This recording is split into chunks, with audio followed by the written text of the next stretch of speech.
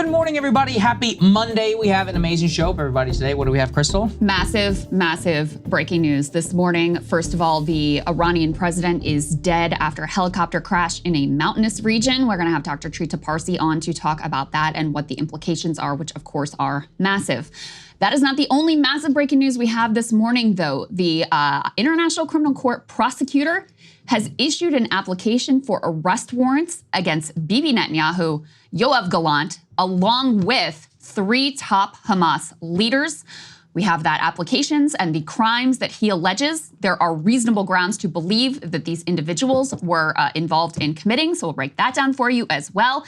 At the same time, we've got lots of domestic political news. President Biden spoke at the Morehouse commencement yesterday, and there were some protests, some notable words, some notable lies from the commander-in-chief, so we'll break that down for you. We're also getting some stunning economic numbers that really explain a whole lot about why people are not feeling Bidenomics in particular. And after Emily brought you the breaking news over the weekend of that horrifying video that was released of Diddy allegedly beating R&B singer Cassie in a hotel hall. I mean, just this video was absolutely horrific. He has issued a response and an apology, so we'll show you that. And also she has now issued a reply to his purported apology. So there is a whole lot to get to this morning, not to mention soccer.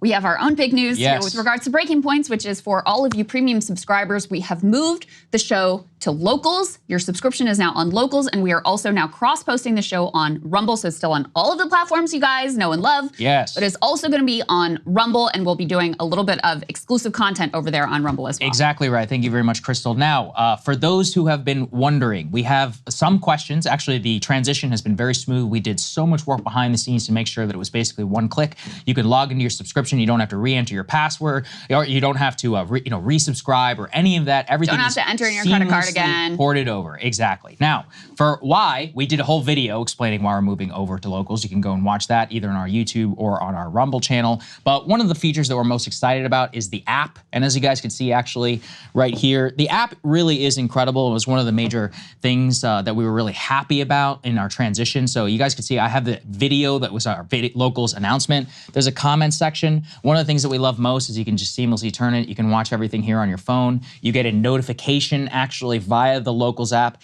It's a really nice experience. It also is very easily AirPlayed or Chromecast or whatever to your TV. So you can see right here, I just hit the AirPlay button and boom, I put it up on my TV within seconds. That's something that we were just not ever able to do previously. It's got a good community aspect. All the AMA, everything that you guys need is right there. So you can go ahead and log into your new Locals account if you're a premium subscriber. You will have instructions in your inbox. We will continue to send you emails all throughout this week to ease this transition. So let me reiterate this. If you have any problems whatsoever, if something is not working properly, support@locals.com. Problems big or small. Number 2, there were a lot of questions. Are we going to continue to have our RSS feed so that we don't have to necessarily listen in the Locals app? Absolutely. Don't worry about it. We're going to send the instructions on that in the email today, so look out for that. But in general, as we said, no features are being taken away. So if you want to listen to the show on Apple, Spotify, wherever, don't worry about it. That will continue to be there. We will make that very seamless and easy. We are just adding the ability to have the video on Locals, comment section,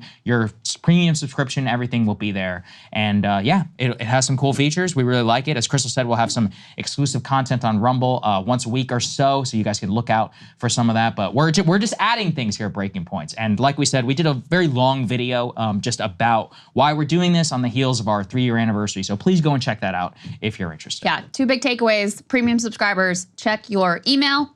Check your email, both for instructions on how to switch over to Locals, which so far the feedback has been incredible and people are loving it and really amazed by the ease of transition. Shout out to Griffin for making that happen.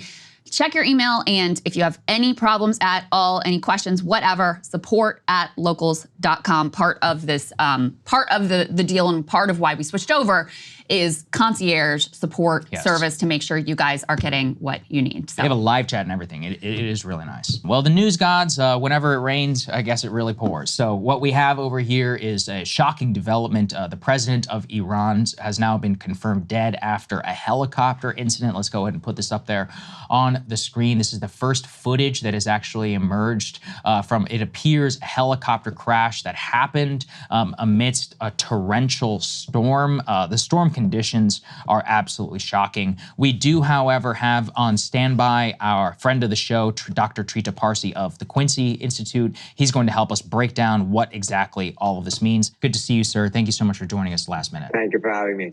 All right, so Dr. Parsi, we brought everybody just the images now so far. So I'm going to go ahead and put this up there on the screen. This is from the helicopter of what we have seen, as well of the actual footage, the first pictures that were coming out from the crash. Can you just tell us a little bit about what we know, and then more importantly, the implications of what the news that is happened today? So what we know now is that the helicopter that took the president from his meeting with the president of Azerbaijan on its way back to Tehran was flying over this very mountainous and inaccessible area in northwestern Iran, and it crashed. And as it's now clear, both the foreign minister as well as the president and several others on that plane passed away. This is, of course, a huge event in Iran, and it's going to have very significant implications for the Iranian government. First of all, they're now going to have elections within the next 50 days. And it's coming at a time when the regime is extremely unpopular. The population has, by and large, completely lost faith in the idea that change can come through the ballot box. There were parliamentary elections held just a week or two ago, and the average, the national participation rate was around 42%, but in the capital of Tehran, only 7% participated in the elections. And for a government that for such a long time has viewed high participation rates as a sign of its legitimacy, as an injection of legitimacy into the system, we're talking about presidential elections with participation rates as high as 80%, which of course would be unheard of in the United States. Now it's below the American standard. And now they're going to have to try to muster and mobilize voters to participate within 50 days. And the question then is, are they going to do what they have done before, which is to essentially eliminate all candidates that are not hardliners, which is part of the reason why people stopped participating in the elections. It actually wasn't much of an election.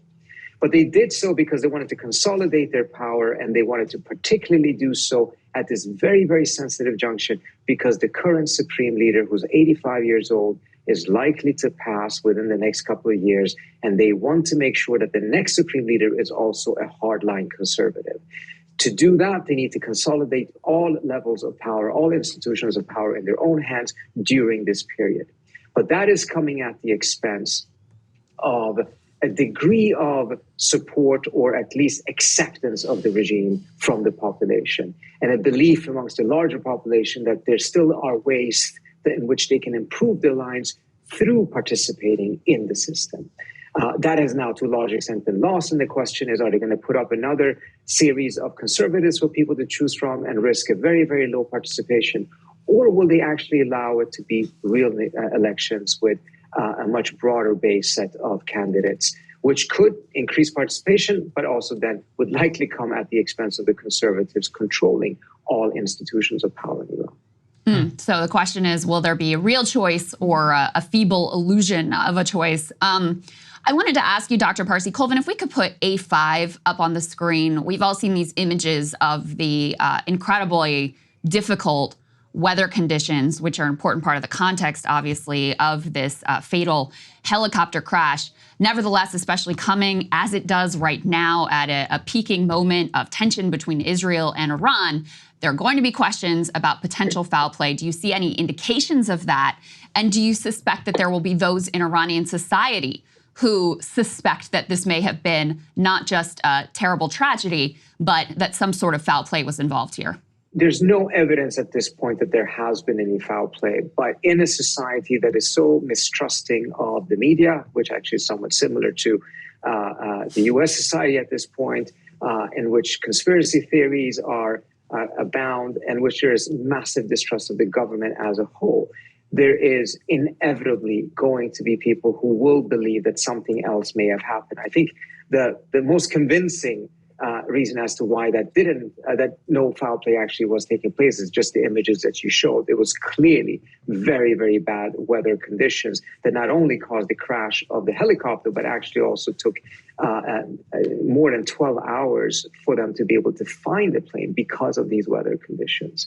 But nevertheless, because of those different factors that I mentioned, there will be a belief amongst many that perhaps something else also was at play here, whether that was an internal factor because of the very stiff rivalries that exist within the regime, particularly mindful of the secession for the supreme leader position, or whether it has something to do with the Israelis, given the very intense conflict between the Iranians and the Israelis that now again must have gone back into the shadows after this exchange of fire.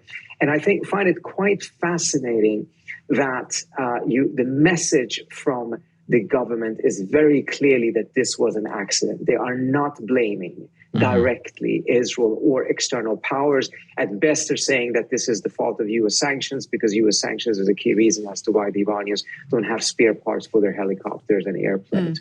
And I think that is precisely because they want to stop any rumors that would suggest that this was actually a result of foul play, whether that was external, which would be embarrassing for them to admit that perhaps the Israelis had the capacity of killing their president and foreign minister, or whether it's internal because they don't want to see the rivalry for this the secession turning into a secession crisis. Got it. Nonetheless, this is going to open a major power vacuum. So let's put A6, please, up on the screen. This is from the Financial Times. They just talk and give a broader overview of who pulls the strings of power in Iran. It can be a bit of a Byzantine system for those of us here to try and to understand the various branches of government. Can you just give us some insight, as you said, as to how and what the pressures are inside the regime for who will be qualified, disqualified, and that what the stakes are for who will take this job next? So you do have a very complex system that is deliberately non-transparent. The Iranians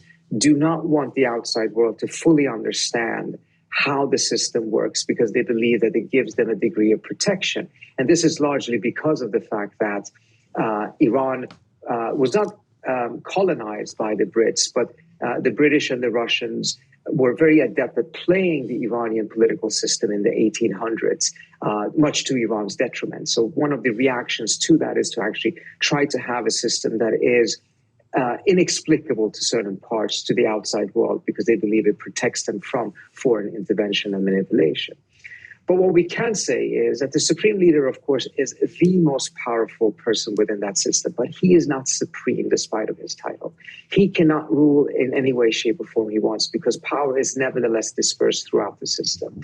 In most cases, he's essentially the arbiter. He definitely has his tilt of his own, but he's been in very intense power struggles with previous presidents. Part of the reason why there was the preference for Raisi as president and why we saw this manipulation to ensure that he would get elected was precisely because he was viewed as being so pliant and that it would put to an end the power struggle between the president and the supreme leader. In Washington, there has been a tendency to overplay the role of the president when the president is doing things that we find problematic. So we put a lot of attention to Ahmadinejad and his rhetoric and viewed him as being the person who was actually setting policy. But when you had presidents like Rouhani, who was more conciliatory, then the argument in Washington tended to be that presidents don't matter. So it's been rather a self-serving way of looking at it. But reality is they do matter depending on their personalities. And in the case of Raisi, he mattered less precisely because he took his job as being one that would essentially be in line with the supreme leader, not challenge, and essentially be very pliant to him. What do you see as the global risks of this now additional layer of chaos on top of many other layers of chaos that we're seeing globally? And just to remind people, obviously, of the context here, we just had these extraordinary exchanges where Israel first attacks an Iranian diplomatic building in Damascus, assassinating top military, a leader there. Then you have Iran respond in a way that was both calculated and premeditated and sort of pre-announced in a way that made it possible to shoot down the Iranian attack. Nevertheless, it was quite an extensive barrage aimed at Israel. Now we're in this period of question mark of what happens next. Is there a further escalation? So help us understand, with all of that context, what you see as the major risks and things to be concerned about here. We're not yet at the stage in which we can say that, there's going to be chaos in Iran. There's going to be challenges and problems that the regime will be facing with this upcoming election, but we're not at the stage of chaos or instability. However, we may end up in a scenario in which the government will be somewhat debilitated, and as it will have to focus more on its domestic scene rather than on foreign policy. That means that a lot of different things will go on autopilot, support for Hezbollah, Hamas, etc. But one area that I think could be quite concerning for the United States is that the Iranians have, as part of an indirect negotiation between the United States and Iran, put pressure on Iraqi and Syrian militias that the Iranians are supporting. They put pressure on them to cease their attacks against U.S. troops. As you know, once the Israelis started bombing Gaza, these militias started attacking U.S. troops and bases as a way of pressuring the U.S. to pressure Israel for a ceasefire. After 3 American soldiers got killed in Jordan, the Biden administration started bombing quite extensively these different militias while also negotiating with Iran, and the Iranians pulled them back. A question I have is whether a debilitating situation in Iran could actually lead to a situation in which Iran's control over these militias will weaken. And mindful of the fact that many of them are more eager to take on the U.S. than the Iranians are, we may end up seeing them restarting their attacks on U.S. troops and U.S. bases, which of course would further put into